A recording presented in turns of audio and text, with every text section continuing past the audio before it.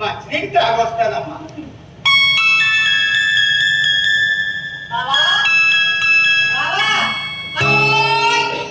ఓయ్ ఏమిటి పిలిచావు? ఏం చేస్తున్నావు ఒక్కడివి? కోళ్ళు గెలుపుతా. ఎవరు? వేళ్ళవి. మంచి పనే గాని ఇవాళ లక్ష్మి వస్తుంది కదా, అలా స్టేషన్కి వెళ్ళి తీసుకురారాదు? తీసుకొస్తారు కానీ ఏమిటి ఓ తెగ అధికారం చేస్తున్నావు? భార్య అనుకుంటున్నావా ఏమిటి? భార్య ఏమిటి? ఎవరికి? ఎవరికా? నాకే.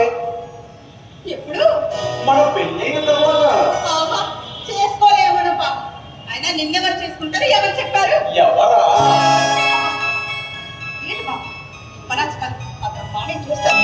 ఓ మా నాన్నగా చూస్తే చూడండి మరీ మంచిది. మనకి తొందరగా పెళ్ళంతా చేస్తాడు. కులుకుదామని. మామయ్య ఏమిటా బావుగాడు వచ్చేసరికి భయపడిపోయాడు అనమాట. ఇదేనంత నీ ధైర్యం? మామయ్య అని పిలవగానే భయపడేవాడికి నేను పెళ్లి చేసుకుంటాను. ఎవరిని చేసుకుంటావైతే? మంచి ధైర్యస్తుంది. ముసలోడైనా పర్వాలేదు. మామయ్య కన్నా పెద్దవాడైనా సరే. ఏమిటమ్మా?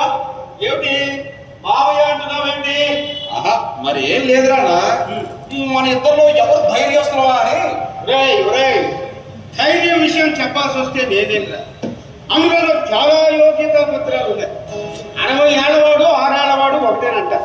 అంటే ఇప్పుడు నాకు 5 సంవత్సరాలు 5 నెలలు. వాడుకుంటే ధైర్యం ఎక్కడికి ఉంటుంది?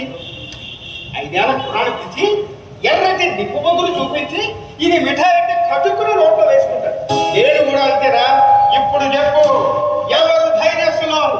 ఖచ్చితంగా నువ్వే మామయ్య. నిన్నే పెళ్లి చేసుకుంటా. చేసుకో చేసుకో.